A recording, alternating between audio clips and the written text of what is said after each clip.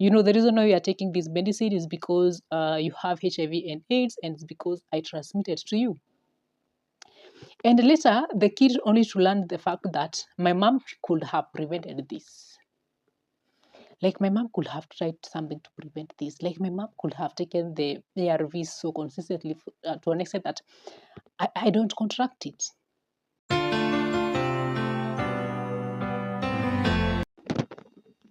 Hey guys, hope you're doing good. As for me, honestly, I don't know if I'm doing good. I don't know if I'm doing good, or maybe I'm just doing okay, or I even don't know what I'm doing. Because today I just want to talk about something so serious, something so sad that's affecting Kenyans. And initially, I didn't know the magnitude that it had on Kenyans until when the reality now came to strike us. Um, I want to talk about the HIV situation in Kenya. We all know that immediately when Triumph was during his inauguration as the second term, we all know that he signed to indicating that the United States are going to withdraw their support in the World Health Organization. And we all know that Kenyans, like Kenyans, they have been, as a nation, we have been so much relying on the World Health Organization and other external support system for our health situations, for mainly for big diseases, or rather for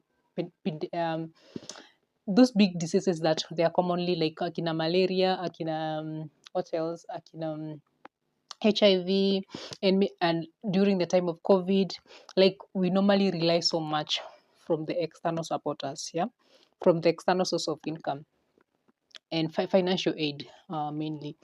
And recently, uh, immediately United States announced that it's going to withdraw its support from the World Health Organization. Immediately, our country felt the impact of that decision. And it's so sad that we didn't even take maybe a couple of years or maybe even a couple of months before we just felt the impact. We just felt the impact like so immediately. I mainly want to talk about the HIV status or other situations in Kenya. Apparently, as we are talking, we all know that if you are up to date, you all know that Kenya, as we are talking as per today, we are as I'm doing this video, we are in May 2025. As per today, we are currently facing shortage of HIV testing kits, self-testing kits. We are also facing a shortage of akina condoms. We are also facing shortage of akina ARVs and other um major medicine, not only in HIV but others like in malaria and the rest of them. Yeah, we are currently facing that, and it's so sad that for kina malaria is something that we can maybe. It's not something that once you get it, that's it. Like you're just going to like it's a lifestyle thing that you have to be continuing taking a medicine on a daily basis. But for a HIV, it's so unfortunate that if you contract HIV and AIDS, or rather the virus, you are like you're forced, or rather not even forced. You're supposed to be taking those medicine for you to um lower the load. I don't know what they normally say. For the I don't know what they normally say. Yeah, yeah, you're supposed to do that. But apparently, as Kenyans, you're suffering. Like we don't have enough supply of HIV and AIDS ARVs, and we still have those people who are depending on those ARVs. And what is their what is their fate right now? As Kenyans, I am not hearing even that debate being talked everywhere or anywhere. Like it's something like it's just imekanyagiwa, but indeed it's happening. There is shortages, and we have experienced it. I don't know if you remember, was it this year? This year we had World Condoms Day. Is it World Country Condoms Day? Um, and normally during that day, it normally comes. For those who don't know, then it normally comes immediately after Valentine's. I don't know if it's the 15. I don't know, but what I remember is that it normally comes. Is it immediately after or before? I don't know. But during World or rather International Condoms Day, initially I remember when we were in campus, like those people who used to, like there were just so many condoms that was applied. Like, let's just talk about this because it's happening. I am not even afraid, or maybe I'm not even going to talk this like it's something that I should be ashamed of saying, because it's something that is happening right now. Initially, we used to have like so many condoms being given out freely. I remember when we were in campus, like those people who are giving out the sure condoms, they were just like wanawabembelezea mchukue condoms. And I remember even in washrooms, like washrooms za ladies, kulikuwa tunapata tu condoms. And I think that was the first, even the very first time that I came to see condom with my own eyes. Immediately like nikisha joined campus. And I was so like, why are they even doing this? Why are they putting condoms everywhere? And we are just small kids, right? Come on, tumetoka to high school. And for me, I used to be in a boarding school. Like, I was so green. Like, I used to feel like something like it's so shameful. They're doing like so shameful, but it used to be done like so openly. But this year, 2025, we all saw what happened. There was no such thing of giving out condoms everywhere freely. It was not there. It was not there. And let me tell you guys, because I used to work even in I graduated in 2017 from my campus level. And ever since then, any places zenye nimekuwa nikiwork in corporates, in all washrooms kulikuanga tu kunawekwa ma-CDs, but Gen Zs, I don't know if you know that's what used to happen. Right now, that thing is not happening. In those public um, toilets, in those public offices, there used to be a lot of condoms, but they are no longer there. They are no longer there because the government cannot afford it, honestly. Let's just be frank about it. And it raises more concerns because even with all those support, like the so called the free condoms, and also the those free testing, HIV testing that they used to happen. I remember they used to happen so much. Like when I was in campus, I was tested like, I don't know, remember. Nikiwa campus nilitestiwa ukimwi mara, I don't know. Because each and every time they could come, those people, they could come wanakuja kwa field, I remember, and then they could just offer like free testing, and then we could just go moja moja, mnaenda mnapimwa. I don't know. For them, we used to do it for fun. Okay, for me, I used to do it for fun because I already knew my status, and there was nothing that I was fearing, like maybe I have contracted anything from anybody. But that thing is not happening right now. And as much as for me it was happening, like I used to do it for fun, I know, like for sure, um, there were people who, during those free testing, there were people who learned that they are HIV positive during those camps, and they were. I remember those people. They had the ARVs and the rest of the things that the HIV patients should be taking. And so immediately when they find that you have it. I don't know. Maybe I don't know. I think they were just starting to take like the meds like so instantly, and then they just take your records, and then your record is just being updated and where, so that on a monthly basis now you are among the list of people who should be going to take for a free ARVs. Yeah, that's what used to happen back then. But right now, that's not the case. Right now, it's so sad. Like that's not the case, and I don't know. I don't know what we can do because it's sad that for something like that, like for something so sensitive like that, like our own health as Kenyans, like uh, we trusted it so much from the external supporters. We trusted it so much from, like we relied so much for something so sensitive from the external funding. I don't know. I feel it's not even like so sensitive. I feel for me like it's kind of even shameful. Like health is something so sensitive, and for crying out loud, as a country, that's something that we should we should be prioritizing, like, as the first thing that we should be, us as Kenyans, we should be affording to do that.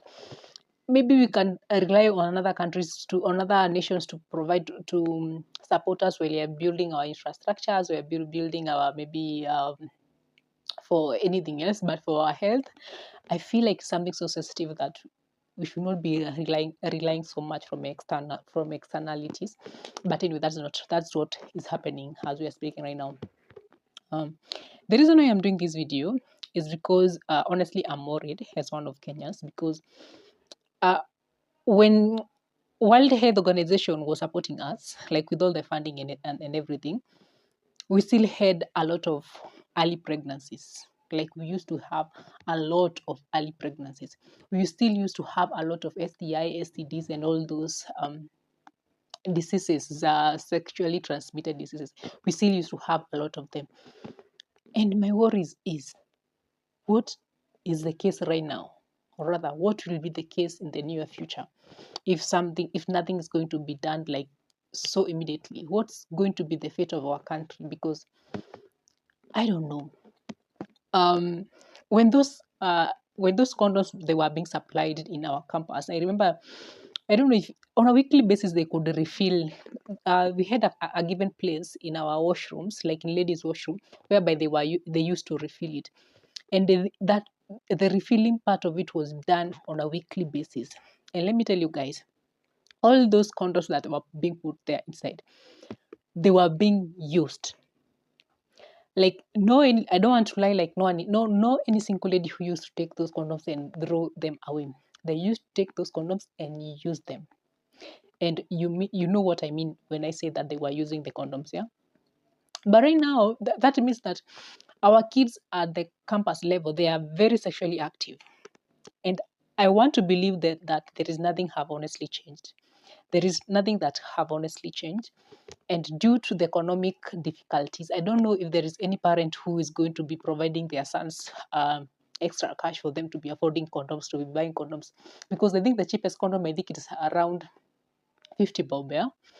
I don't know if there is any parent who is going to be providing, like, let me say, like a 150 bob in each every week, because my son is above 18 years and he's doing these things, so I should just protect him, so I should be providing for him. There is no one who is going, there is no parent who is going to do that. And apparently, there is no even those preps. Yeah? For those who know preps are this medicine that normally people take when immediately when you have you have encountered with maybe you anything that you feel like maybe you immediately after you think that maybe inaweza kuwa contract the virus, yeah. Maybe it can be through sexual or whatever, or maybe it can be just through blood, uh, cuts or anything. Preps are the medicine that you're supposed to be taking during that time for you to prevent the virus from getting in your body. But apparently that thing is not there. And do you know what? Those medicine, they used to be given for free. In many of the public hospitals, they used to be given for free. Go ask all the street ladies, they will tell you those medicine, they were being given for free. And I think they were being given even the free condoms, yeah. But right now that thing is not happening. Right now that thing is not happening. And I just wonder what will be the situation in Kenya, or rather, what is the situation in Kenya right now? At grants, what's the situation in Kenya right now? Because if our children used to have a lot of early pregnancies while we still had all those measures, what is happening right now when you don't have any measures implemented? If we used to have a lot of new cases, the HIV new cases, when we still had all those, the preps, the self-testing kits were just freely and available. When you used to have to those free condoms, they were just everywhere, and like you could not have missed them. And still we used to register new cases each and every year. What's happening right now when you don't have all those things? Guys, it's so sad, and I think it's not even so sad. It's extremely so sad. And it calls for an action, honestly. It calls for an action. because as for me, as much as I feel like HIV and AIDS is something that mostly when you get to contract HIV and AIDS, mostly those people who contract them is through the intercourse, and they do that from their consent, like they like not even a rape case. As much as majority of them they do it as at their consent, I still feel um remorseful for, I feel so sad for those people who innocently don't know like their partner, or rather maybe the person that they are having intercourse with, that he or she is positive. I still feel so sad for them, guys. The reason I am doing this video today is because I happen to land on this I don't know, I happen to land on this sad reality or sad news. I landed on this. Maybe you can just even go and Google. I land on this data that shows that um, more than 200,000 of ladies who gave birth on 2013, 2023. Right now, we are in 2025. I don't know about 2024. But more than 200,000 ladies who gave birth on 2023, they were never tested for HIV/AIDS during their antenatal visits. They were never tested because maybe some of them did not want to be tested, or maybe some of them did not even go for those antenatal care. They just gave birth back at home. But come to think of it, why will someone not even be interested to be knowing their status, especially when they're pregnant? Why will somebody just decide that, you know what, I just don't know, I just don't want to know my status? I believe that that can only happen when you don't trust your partner. Like, let's just be frank about it. The reason why somebody even during that testing period, like, I have gone like a couple of HIV testing, like I have gone couple of them, and the reason why somebody feels like, you know what, it's kind of, I am afraid of the outcome that the result that I'm going to get from the testing, is because, well, first of all, you know that you are sexually active, and second of them is that you don't trust your partner. Yeah, you don't know, like, 100%, you're not 100% certain that your partner like is straight, or maybe he or she does not have the virus. That's the reason why some people just decide, you know what, I just don't want to know my status. But the sad truth is that um the same year, 2023, it happened that more than 3,700 newborn, or maybe babies, infants, they ended up contracting HIV and AIDS. And who should be blamed? Let's just be frank about it. Who should be blamed? As for me, if you ask me, I will boldly say that the mother was supposed to be blamed, or rather, the mother should have been blamed. As much as the kid can contract HIV/AIDS, I understand that a kid can contract HIV/AIDS um, during labor, like labor, and during giving birth. I understand such instances normally happen, but with a consistent intake of ARVs, it normally lowers your chances. I don't know if the load, I don't know how they normally say it. It normally lower like your chances of transmitting the virus, yeah? But if those pregnant women, they're not even willing to be tested for HIV, where does that place their kids, their infants? They're just innocent so infants. Where does that places them? It places them at a very risky place, because a kid, you know, after I learned about that, after I read that article, I was like, how will you even one day tell your kid that, the reason why you're taking this medicine? I don't know. I know these things has happened to some of them, and I'm really sorry for them. But I tried putting myself in that shoes, and trying, like, picturing myself trying to explain to my child that, the reason why you are taking this medicine is because you have HIV and AIDS, and it's because I transmitted to you. And later, the kid only to learn the fact that my mom could have prevented this. Like my mom could have tried something to prevent this. Like my mom could have taken the ARVs so consistently to an extent that I don't contract it. It's a very sad situation for first of all for you explain to your child, and also in future when the child just feels like I just hate my mom because she failed me, like I didn't deserve to have these illnesses, I didn't deserve to have this trauma, but my mom failed me. And in 2023 apparently, like we did not have any issues with the supply of ARV medicine. We don't have any issues with the supply of testing kits. We did not have that.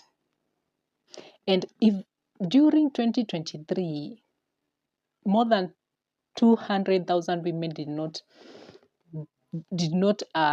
were not tested for HIV and AIDS during the antenatal care period visits, I just wonder if that happened on 2023 when we had when we had no issues with ARVs, with testing kits, with condoms, with everything, blah blah, the PrEP things. If that happened during that time, what's going to happen? Like what's happening right now when we are currently facing all those technicalities?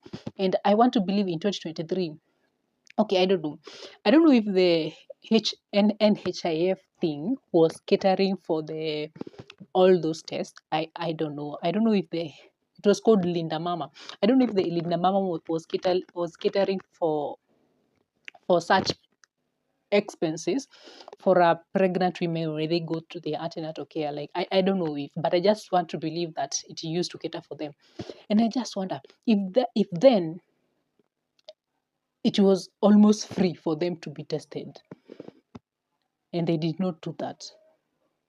What about right now when it's expensive and actually it's not even something so available? You can even be willing to be tested, but the hospital says that it does not have that, like the testing kits. What's happening right now when the situation we are in current situation, and what's going to happen in future?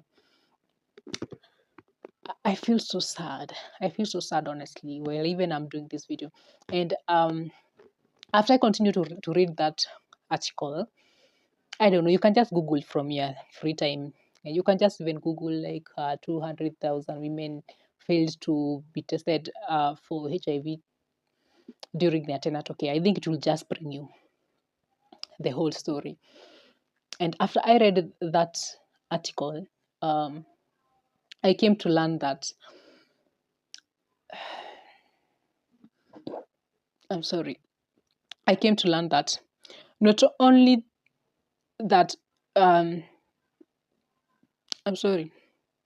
I came to learn that there is so many ways that a child can get HIV and AIDS, but apparently it's possible for a mother to prevent it from happening as long as she is faithfully taking the ARVs and to an extent that she cannot transmit the virus either to the husband or maybe to the partner or even to the kid through breastfeeding and through everything. I happened to learn that some women they were tested, or rather maybe even some of them were not tested for HIV and AIDS. And when they were giving birth, they were negative, like they had no the virus. But along the way, when they were just breastfeeding, they contracted the illness. And after they contracting the illness, they ended up transmitting the same to their child. And guys, I don't know. But as for me, I feel like that's the saddest thing that a mother can experience. Like that's, I think, the worst thing that a mother can experience. Like, yo, like that's I don't know. And I just wondered, like, if back then our cheating husbands used to have free CDs, and so they could, if during that time when I am pregnant, during that time when I am breastfeeding, like I have milk everywhere and I'm not appealing to them, I'm not presentable to them, and they just don't want to be associated with me because I am, like, I just have so many, like I am smelling milk. I don't know if they normally smell, but during that time, like from 2020, 2024 and backwards, there were just so much free condoms. They were just all over. But still, some husbands, or rather some partners, could still go to an extent that they infect their wives when they are still breastfeeding. If that's not sad to you, I don't know what's sad to you. Because I was just imagining I'm just a woman just so chilled in the house with a lot of stress and postpartum depression because of this new kid that I don't know how to raise, that is just disturbing me over the night during the day. And I'm just supposed to be acting like a mom. Like I just have so much pressure in me, and then I just have to deal with this cheating husband, and not only cheating husband, and now he has just gone to an extent of infecting me with HIV and AIDS, and I even don't know. Like I even don't know.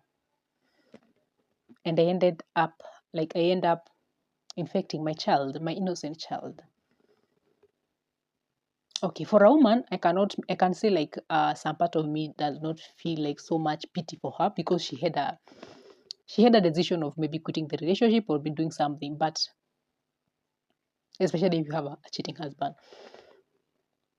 But imagine your misconducts going to an extent of not only infecting your wife but also infecting your child. And so like you have ruined the entire life of your kids. I'm sorry to say this, girl, as much as I know that there are those ARVs and many people are just so comfortable taking them, there is this part of people who they're just being forced to be comfortable. If I go today and I contract HIV and AIDS, I will comfortably take the ARVs. Like I will comfortably take the ARVs even on camera because I feel like I played part in having whatever in suffering, like in being the person who I am, like ending as a person who's taking the ARV and whatever. But do you really think it's the same thing to those people who are just born with them? Like they were just born with HIV, or maybe they just contracted the HIV during when they were just infants, when they are just breastfeeding. Do you really think it's the same thing? Because honestly, as for me, I don't know if it's me who I am just over imagining, but I just want to believe like as much as they take the medicine so comfortably because they know they rely on it for survival, I feel like for them they still have that pain of that somebody failed me, like somebody failed me, like my parent failed me. And I wonder if that feeling part of it used to happen when we still had a lot of preps, a lot of free CDs, a lot of almost free testing kits, and a lot of free testing camps. If you used to have that, what's happening right now? What's happening right now? Because let me tell you guys, our husband are not going to just be faithful like starting from now because now condoms all of a sudden they're not available. Like, but lack of like inavailability of the condoms is not going to change the faithfulness of our partners. I'm not going to say like husband alone. Like inavailability of all those things is not going to change the the the faithfulness of your partner. Like it has nothing to do with their faithfulness. And so if you have an unfaithful partner, they will still continue to be unfaithful regardless of the fact that there is no free condoms, there is no free prep, there is no free testing. They will just still continue to do that because it is not the free condoms that they were making them to be unfaithful. It's not the preps. It's not like that had nothing to do with their faithfulness, and so they will just still continue to do the same thing. And if they used to infect their okay, if some of them, not all of them, if some of them ended up infecting their wives, who ended up transmitting the same to their kids, when we had all those preps and whatever testing kit and condoms, what's happening right now? what's happening right now. Honestly, I'm talking this with a lot of pain. I'm talking this with a lot of pain because I'm just imagining when I am just a wife and I am just so faithful in the house, being pressured with all those things, and then somebody just comes and infects me with HIV. I don't know if I can just even die alive. Okay, I know there is life after being contracting HIV and AIDS, but let me just go and find it myself. Let nobody just come and bring it to me when I'm just so desperately raising their kids back at home with a lot of postpartum depression. I don't know. I feel like I'm just all over right now. Guys, I don't know what should be done by the government. I don't know if we should just put it on government. I don't know. I believe that we also as citizens, we have a part to play, especially men. Like you just have you have so much great part to play to just ensure that your kid and your wife, they are just safe, and your partners, let me just say partners, because that's normally what's happening in our country. Your partners are safe, and just be mindful of others. As much as you feel comfortable doing everything and tell everything to everyone and anybody that you meet along the street, be mindful. Like I have somebody who is just doing nothing. They're just waiting for me, and they're just trusting me so much, and they will just open their legs to me each and every time that I want them. And they will not ask me, where have you been? Like where was you? Like where are you over the weekend? Where were you over the business trip? Where They will not ask you that. They will just innocently give in. Kindly let us be mindful of those people who depend on us. Yeah. And especially for our kids, like they're just so innocent infants that they ends up being infected because of us some silly mistake that somebody could have just prevented, like a very simple silly mistake that somebody could have just prevented. I don't know how to say this with the magnitude that I'm feeling in my heart, but let's just be mindful and let's just be so careful. As much as the government is trying to find another funding system apart from the World Health Organization, let us just be so mindful of others. Let's just be mindful of our families, of our kids. And as a woman, take it upon yourself. If you already know that you are pregnant, know that you are not only caring about your life, you are caring for an innocent child who did not even ask you that she want to come in this world, who is just so innocent. So immediately you find out that you are pregnant, just know that you have a mandate to care for her or him, or you have a mandate, and it's your responsibility, like your bare responsibility. So when you're just thinking of eating healthy, keeping fit, also remember to care about the status of your kid. As much as you trust your partner so much, as much as you trust your husband so much, when you go to those antenatal care, keep on testing. Like keep on testing. As for me, guys, I don't want to lie to you, I used to keep on testing. I used to just be tested randomly when I was pregnant, not because as I told you guys, we normally, for those people who normally get tested, it's not because that they feel I don't know, but basically because they don't trust their partners. Yeah. So if you are a mom, keep on being tested each and every time you go to those antenatal care, and each and every time you just feel like you have a flu, or maybe you just have a cold, or maybe you just have anything, just go and be tested. Because as much as maybe you don't care about yourself because you're just taking there to your cheating partner, or rather to your irresponsible partner, you have a life to care for. Like you have a baby, an innocent baby that who so unfortunate, like he or she just depends on your actions, or maybe your misactions. If you just decide to ruin their life by just being so careless, forever and ever it will be up to you. Like it will be on you. I know, as much as some women, they ends up being affecting their kids through their unfaithful partners. Some part of them still feels that they failed their children because they had a part to play in ensuring that they know their status and they maintain their status, like taking the ARV so consistently to an extent that they cannot infect their kids. Yeah. So guys, unfortunately that I have made so a very long video. I didn't intend to do that, but guys, I don't know. Let's just be honest. Not even honest. Let's just be mindful about everybody who is surrounding us. As much as as partners, we just feel like sometimes we just need to be unfaithful to our wives, especially for our breastfeeding wives who maybe they are not appealing because they have milk everywhere and their body has just changed drastically, and they are not like the sexy mama that you used to see when they had no that pregnancy. Maybe they had not that child.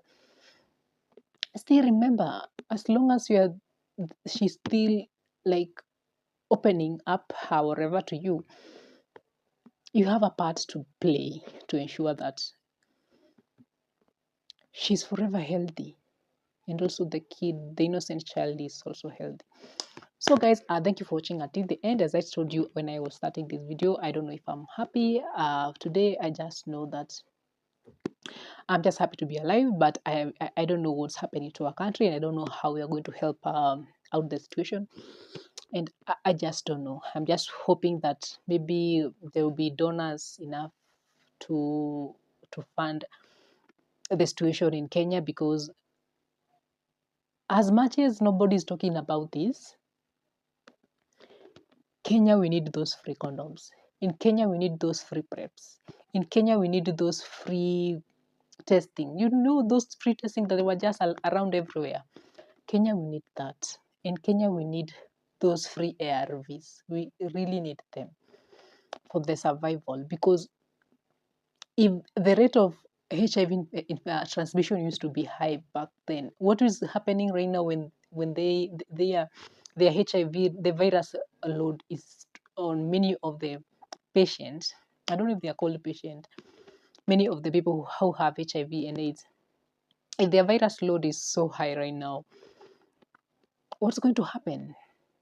Like, the transmission is going to increase definitely, and we don't want that. Like, we don't want to hear that between leads G5 people there is 4 of them who are HIV positive, because guys, that thing is just making everybody to just feel like I can't trust nobody. And guys, let me just end up this video here, and always remember, whenever you watch this video, always remember that being faithful, you're not even you are not basically faithful just for you. You are also faithful because of those people who depend on your faithfulness. Yeah, I don't know if that makes sense. So guys, thank you for watching until the end. Please continue subscribing, continue liking, continue commenting, and until next time guys, bye bye. And as usual, I love you.